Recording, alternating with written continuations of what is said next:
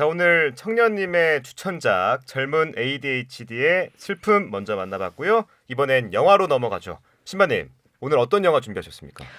청유님이 이제 조금 책 소개 관련해서 장애를 말씀해 주셔가지고 저도 장애 관련 영화를 하나 준비해봤고 네, 또 가정의 달인 5월에 맞춰서 그렇죠. 또 연결되는 영화로 영화 음, 코다를 준비했습니다. 코다.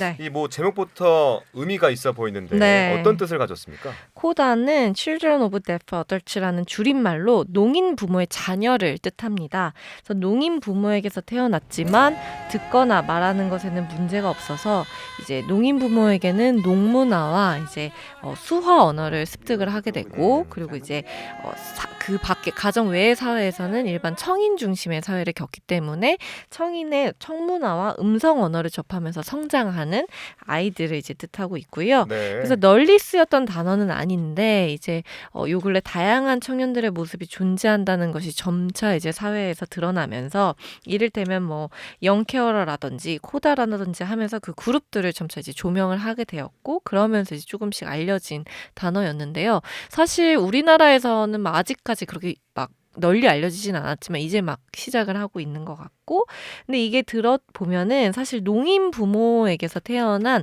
90%의 아이들이 청인이라고 해요.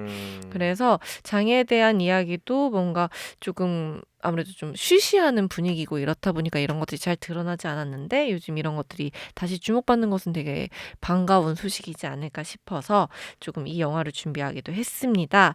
근데 이 아이들이 이제 가장 성장을 하면서 겪는 문제라고 하면은 서로 이제 집에서는 농인, 밖에서는 청인 이렇다 보니까 그 안에서 서로 다른 문화나 언어를 계속 그 안에서 겪어야 되기 때문에 그 정체성의 혼란을 겪는 경우도 좀 왕왕 청소년기 있고요. 때문에 좀 힘들 수 있을 것 같아요. 네, 맞아요. 그리고 비장애인 중심 사회에서 뭔가 농문화, 농인은 이게 다름이 아니라 틀림으로 받아들여지거나 아니면 뭐 조금 우리보다 하등하다, 미개하다, 불쌍하다, 아하. 가엾다, 뭐 귀머거리, 벙어리, 약간 장애인 이런 쪽으로만 인식되기 때문에 조금 그런 것들에 있어서의 정체성 혼란, 갈등 그리고 여러 가지 요소를 겪는데 말씀하신 대로 이 친구도 청소년이고 그래서 이러한 내용들을 잘 영화에서는 보여주고 있습니다. 네, 저도 사실 이 단어에 대해서 어렴풋이는 알고 있었는데 네. 정확하게는 몰랐거든요. 이 영화 코다를 통해서 조금 더 깊게 알 수 있을지 않을까 생각이 듭니다. 영화 내용으로 좀 더 들어가 볼까요? 네, 영화는 코다인 루비의 이야기로 시작을 합니다. 부모님과 오빠와 함께 살고 있는데요. 루비는 부모님이 농인이라 코다면서 그리고 형제인 오빠조차도 농인으로 나오기 때문에 내 가족 중에 유일하게 소리가 들리고 말을 할 수 있는 가족 내에서 중요한 역할을 담당하는 것으로 나옵니다. 즉 외부 세상과 루비 혼자 말로 소통할 수 있기 때문에 가족 중에서 이제 다른 사람들의 이야기를 전달하고 부모님의 이야기를 통역하는 그런 역할로 나오는데 이런 것들이 워낙 익숙해 있는 상태이기도 하고 또 그렇다 보니까 늘 부모님의 곁에서 돕는 역할로 나오는데 그래서 사실 부모님을 너무 사랑하지만 그럼에도 불구하고 부모님이 어부 일을 하시거든요. 그렇다 보니까 그걸 돕느라 몸에서 막 생선 냄새가 나기도 하고 일이 너무 고되니까 수업 시간엔 또 졸기도 하고 친구들은 또 부모님의 장애를 가지고 혹은 루비의 약간 이제 냄새나 이런 걸 가지고 놀리기도 하고 이런 아하. 상황을 겪고 있는데요. 네. 사실 이런 것들에 대해서 전부 좀 참고 넘어가려고 해도 끊임없이 일이 벌어지는 게 나타납니다. 이를테면 부모님이 이제 루비를 학교로 데리러 오셨는데 음악 소리를 듣질 못하니까 그 음악 소리에서 나오는 베이스, 저음을 듣기 위해서 음악을 엄청 크게 틀고서 이제 오는 거죠. 그 저음을 느끼기 위해서. 그러니까 이제 학생들은 또 너희 부모님 저렇게 한다면서 또 놀리게 되고 그리고 이제 부모님이 편찮으셔서 병원에 가게 돼서 통역을 하게 됐는데 뭔가 이제 그 통역을 해야 되는 언어나 질병이 아이가 듣기에는 조금 애매한 것들을 통역을 하게 할 수도 있고 이렇다 보니까 루비도 점차 생활에 지쳐가는 모습이 나옵니다.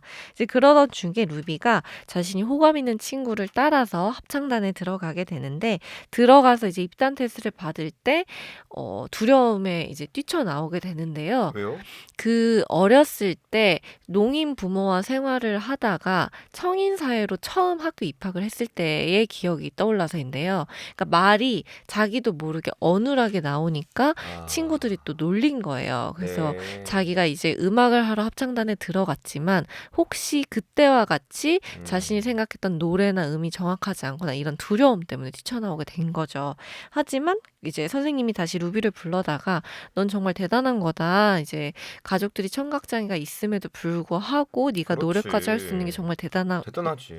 네, 그렇게 하면서 잘 다독여주는 모습으로 이제 음. 나오게 됩니다. 자, 좋은 선생님을 만나서 이제 하고 싶은 것들을 할 수 있겠지만 또 벽이 있겠죠. 걸리는 것들이 있다고요. 네, 맞습니다. 부모님이 일단 어업을 하시다가 여러 가지 문제가 있어서 새롭게 가족 사업을 시작하게 된 상황들이 나오고요. 근데 또 그런 것들이 모든 것이 루비가 있어야만 잘 돌아갈 수 있잖아요. 네. 아무래도 모두가 수월을 할 수 있는 건 아니다 보니까. 그렇다 보니까 루비는 이제 그것부터 걱정이기 시작하고, 그리고 음악 선생님은 루비가 생각보다 재능이 너무 뛰어난 걸 알았기 때문에 버클리 음대에 갈 수 있도록 추천서를 써준다고 이야기를 버클리 했고요. 음대요? 네, 오. 했는데 루비도 사실 그곳을 너무 가고 싶은 거예요. 가족의 네. 품을 떠나서. 근데 지금까지 부모님의 계속 중요한 역할로 있어 왔다 보니까 막상 부모님의 품을 떠나는 게 부모님도 걱정이 되고 루비 자신도 걱정이 되는 그런 모습이 나오는데요. 거기에 이제 더불어서 배에 관한 문제까지 나오는데 네. 이제 어업을 하시다 보니까 이제 평소에는 루비를 데리고서 이제 어업을 나가서 이제 다른 청인들과 대화를 할 수 있었는데 이때 한창 루비가 자신의 꿈과 가족의 어떤 역할 사이에서 방황을 하고 있던 때여가지고 루비는 가지 않고 이제 가족들만 배를 타고 바다에 떠나게 되는데 그때 마침 해양 감시관이 함께 그 배를 타게 된 거예요.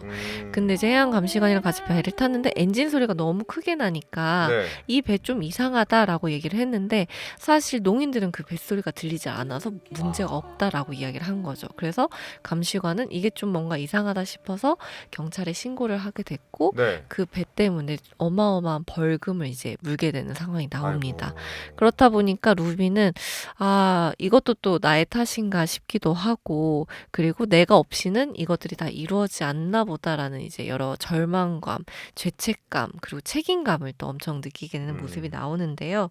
그렇다 보니까 루비 스스로도 좀 음악을 진짜 하고 싶고 음대를 가고 싶다라고 이야기를 하고 싶어도 할 수가 없는 그런 모습도 나오고 근데 부모님은 루비가 평소와는 다르게 그런 것들에 대해 엄청 고민을 하고 있는 것을 보면서 그녀가 음악을 계속 할 수 있도록 우리는 응원해 준다라고 이야기를 해요.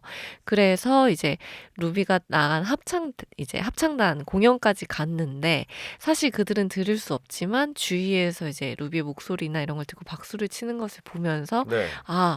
이게 정말 내 딸의 그런 것이구나라고 느끼기도 하고 그리고 그걸 보고 나서 루비한테 갔다 와라 괜찮다라고 했는데 다음날 이제 버클리 음대 오디션 날이 왔어요. 그럼에도 불구하고 루비가 떠나지 못합니다. 계속 걱정이 되니까. 아, 그래요. 네, 근데 아빠가 막 겨우 애를 깨워가지고 재촉을 해서 오디션장에 보내게 되고 결국 이제 루비가 오디션까지 잘 마무리되는 그런 것들이 나오는데 사실 이런 것들이 루비에게는 엄청난 도전이기도 했었었고 그렇죠. 아빠 입장에서 엄마 입장에서도 사실 그 되게 중요한 존재 그러니까 딸로서도 중요하지만 어쨌든 생활을 이어가는 중요한 존재를 품에서 내보내는 그런 도전을 하는 그런 것에서 서로 되게 가족이 보기 딱 좋은 영화여가지고 한번 보시면 좋을 것 같습니다. 네.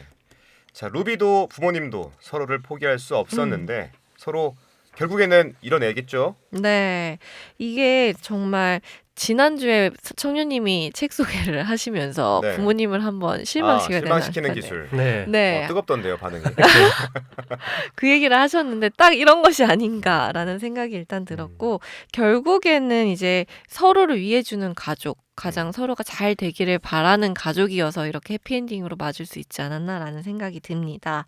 그리고 이 영화 자체가 미라클 벨리에라고 하는 이제 프랑스 영화를 리메이크한 영화인데 사실 이 영화도 실제 코다인 베로니크 플랭의 자서전인 코다 다이어리를 바탕으로 만들어진 영화예요. 그렇다 보니까 이 내용들을 더 잘 담아낼 수 있지 않았나 싶기도 하고요.